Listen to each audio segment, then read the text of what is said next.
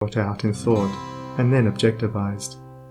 The author, the inventor, the architect, first builds up his work in thought, and having perfected it in all its parts as a complete and harmonious whole upon the thought plane, he then commences to materialize it, to bring it down to the material or sense plane. When the thought forces are directed in harmony with the overruling law, they are upbuilding and preservative, but when subverted, they become disintegrating and self-destructive.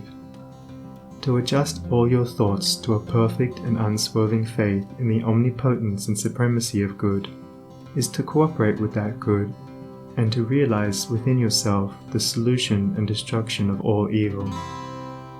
Believe and ye shall live. And here we have the true meaning of salvation. Salvation from the darkness and negation of evil by entering into and realizing the living light of the eternal good. Where there is fear, worry, anxiety, doubt, trouble, chagrin, or disappointment, there is ignorance and lack of faith. All these conditions of mind are the direct outcome of selfishness and are based upon an inherent belief in the power and supremacy of evil. They therefore constitute practical atheism, and to live in and become subject to these negative and soul-destroying conditions of mind is the only real atheism.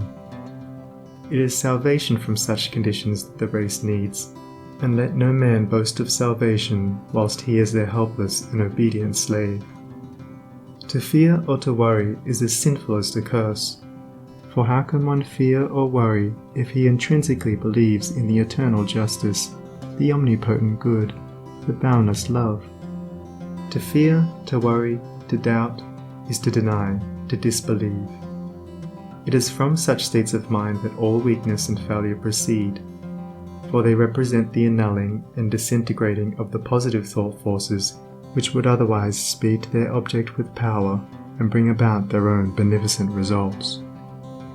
To overcome these negative conditions is to enter into a life of power, is to cease to be a slave, and to become a master, and there is only one way by which they can be overcome, and that is by steady and persistent growth in inward knowledge. To mentally deny evil is not sufficient. It must, by daily practice, be risen above and understood. To mentally affirm the good is inadequate. It must, by unswerving endeavor, be entered into and comprehended. The intelligent practice of self-control quickly leads to a knowledge of one's interior thought forces, and, later on, to the acquisition of that power by which they are rightly employed and directed. In the measure that you master self, that you control your mental forces instead of being controlled by them, in just such measure will you master affairs and outward circumstances. Show me a man under whose touch everything crumbles away, and who cannot retain success even when it is placed in his hands, and I will show you a man who dwells continually in those conditions of mind which are the very negation of power. To be forever wallowing in the bogs of doubt, to be drawn continually into the quicksands of fear, or blown ceaselessly about by the winds of anxiety, is to be a slave, and to live the life of a slave, even though success and influence be forever knocking at your door, seeking for admittance. Such a man, being without faith and without self-government, is incapable of the right government of his affairs, and is a slave to circumstances, in reality a slave to himself.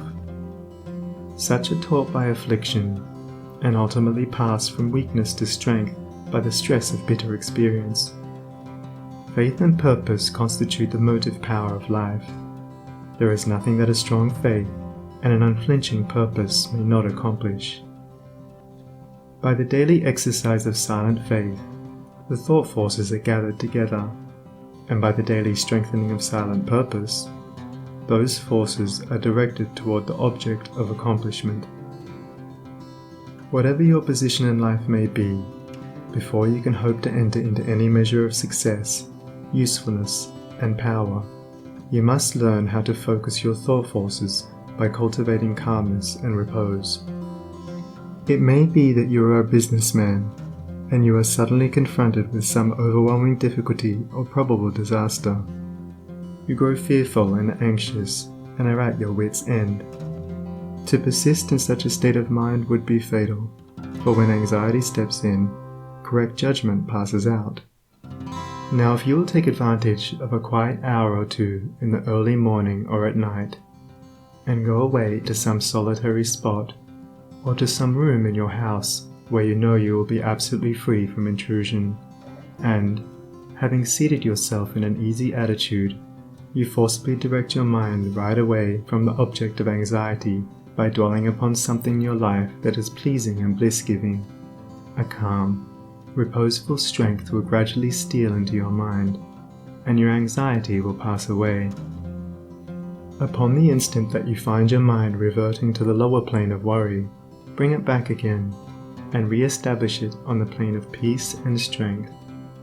When this is fully accomplished, you may then concentrate your whole mind upon the solution of your difficulty, and what was intricate and insurmountable to you in your hour of anxiety will be made plain and easy, and you will see, with that clear vision and perfect judgment which belong only to a calm and untroubled mind, the right course to pursue and the proper end to be brought about. It may be that you will have to try day after day before you will be able to perfectly calm your mind, but if you persevere, you will certainly accomplish it, and the course which is presented to you in that hour of calmness must be carried out. Doubtless, when you are again involved in the business of the day, and worries again creep in and begin to dominate you, you will begin to think that the course is a wrong or foolish one. But do not heed such suggestions. Be guided absolutely and entirely by the vision of calmness, and not by the shadows of anxiety. The hour of calmness is the hour of illumination and correct judgment.